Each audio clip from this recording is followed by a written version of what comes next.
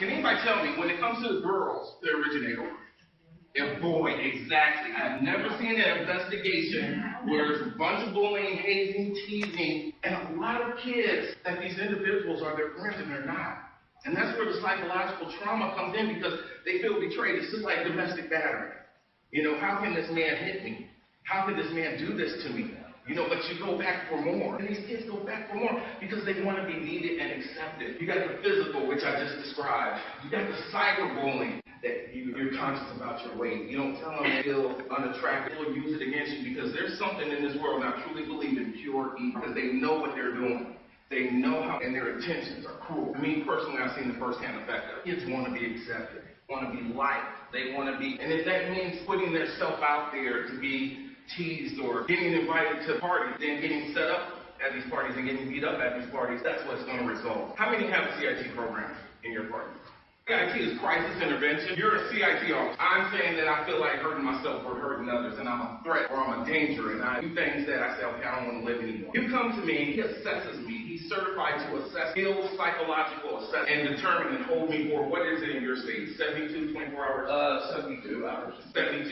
And in Indiana, 24 hours. When you hear about these shootings, first thing everybody says, gun laws. Exactly, gun laws. They don't talk about the psychological aspect of this. There's more talk on banning guns and AK-47s than there is about getting these individuals free. And I believe in the old adage, guns don't kill people, people kill people. All it takes, ladies and gentlemen, what do you have right now? Your experience, your knowledge, willingness to work with others, and the training to make a change in our schools and even on the street. You get dispatched somewhere, go to the house, the individual has lost his girlfriend, he's upset, a vast collection of weapons, constantly talks about death, constantly talks about revenge, lost his job. Those are psychological clues that, hey, this individual needs help. It's documentation. I like to be thorough on my reports, because it also holds that individual, that psychiatrist or that psychologist who says, oh, he's okay, release him. It holds him accountable. You make your reports thorough. You put in here, we went to the house, hey, how you doing? I'm Stacey Jenkins with the police department, just want to sit down and talk to you for a minute. And while you're talking to them, you're assessing their behavior, seeing if they're fidgeting, and you document everything, if they're making statements that verbiage is incomprehensible. When you get fired, what's the first thing they do? They take your keys, they bring a security guard with them, you know? So these policies have been in effect, they've just been implemented coincided with workplace violence. You're my boss. I'm going through a divorce. I lost my house. I lost my kids. I lost my dog. Work product is just crap. You gotta let me go. You know that I love guns. I love hunting. I also have a little violent tendency in me too. Or you just want to come and say, hey, Stacey, you're fired, or you're going to take her off. How long have you been alone? 17 years ago, would you even thought twice about this? Say, hey, man, get out, you're fired. Things have changed. But being as a law enforcement officer, we keep that tactical edge. Being in school, being an administrator, a social worker, mental health officials, nowadays you have no choice but to take that tactical edge. What you see, it's what they say, it's what's been done to them. That's what counts. It's how these individuals are posing themselves and how they're displaying themselves, and their actions and emotions are just protruding. You have to see that. She come in my office all the time because she didn't want to be in school. Officer Jenkins, I feel like killing myself today. And I'm like, oh, but I got to take her.